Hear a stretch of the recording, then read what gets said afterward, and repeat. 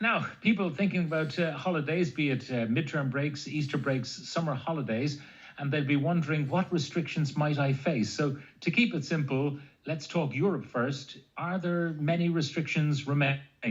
Every day a breakthrough. Yesterday, Greece dropped their restriction, which was testing before you travel.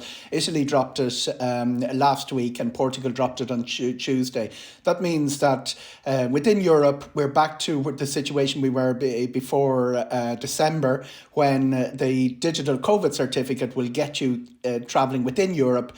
The big difference is, of course, since February the 1st, they will look for evidence of a third vaccination, and the updated emails have gone out to people who've received their third vaccination. Now, obviously, people who had their GP or went through a pharmacist, there are some delays along there, but Europe is open, and as I say, Morocco, big questions over that. They went into a big shutdown around December. We've got two Dublin-Morocco routes this summer, Agadir and Marrakesh, and we've got 7 to Greece. So every day a breakthrough, Pat. It's returning to normal, slowly and carefully, and there may be tripwires, but we're getting there. Okay, so your COVID cert with the booster will get you in most places. The question of children then, what rules are there about children who will not, in this country, have got a booster? In most countries, not got a booster. Without the booster, it's back to testing. The good news is that antigen is being accepted across Europe. But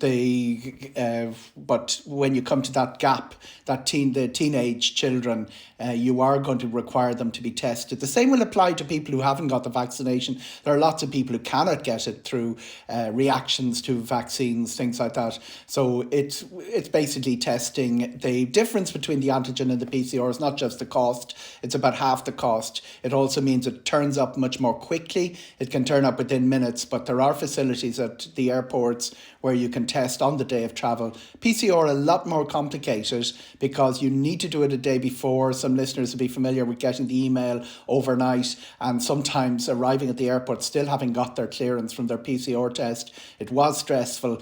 It's still required for non-EU travel. Remember, everything I've just talked about is within the European Union. The PCR test will still be required for more long-haul travel. Now, we talked yesterday about Australia opening up, with the exception of Western Australia, which is like a little island, COVID-free island, and they are trying to keep it that way. What about the United States? United States open, and the antigen test is required before travel outbound. The really important thing to remember here is that if you're travelling, Canada requires a PCR test. And if you're travelling via Canada, which a lot of people do because of value, through Toronto, we've had people denied boarding at the gate because they're flying to Florida through Toronto. Antigen required for Florida. You need a PCR to transit through Toronto. And just back on the children thing, something I should have mentioned, keep an eye on the different age regulations.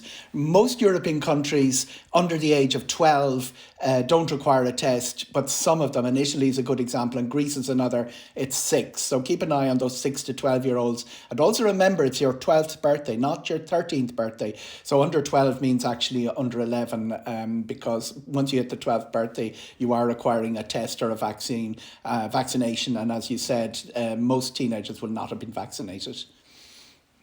Passenger locator forms still required? They're here to stay, I suspect. They're not going away anytime soon. Almost every country requires them. They're more important than the digital COVID cert once you've filled them out, because they generate their own QR code. That's what they will look for. The checking is done at the gate before you board. And there are spot checks when you arrive in airports. People sort of say, I breezed through, nobody looked at it. The onus is on the airlines not to let anyone on board who hasn't got the locator form filled out. And we've had denied boarding because coming back to Ireland, and people forget this, you still require a locator form for Ireland being filled out. And we've had denied boarding quite recently in Malaga Canada, where people not left on board the aircraft because the Irish Locator form hadn't been filled out. Locator forms, complicated as well. Don't leave it to the last minute, Pat. They ask questions like, what date was your vaccination? You might have to scurry a bit to find that. They look for things like postcodes in Portugal, the municipality in Spain, that's a big one. There are 8,000 municipalities in Spain, so they actually want to know which one you're going to, and a lot of people don't. And sometimes there's another little trick question. The one for Canada asks you not just your second vaccination, but your first vaccination date. That sometimes takes a bit of scurrying through the paperwork. Once it's done, it generates a QR code, and the technology's risen to the challenge of getting large numbers of people through the process of boarding the aircraft and getting through immigration. Once that QR code is there, and remember, it's not going to be an epidemiologist like Jerry Barry from UCD or Kingston Mills from Trinity who's checking your credentials if you've a COVID recovery cert. It's going to be somebody on a gate, sometimes at an airline gate, sometimes English not their first language. So if you have documentation, make sure it's pretty clear what it says, and that the people letting you on board the aircraft will identify it and be familiar with it.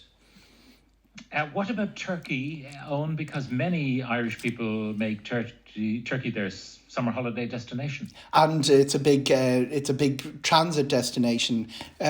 Turkish Airlines through Istanbul is one of the major transit destinations out of.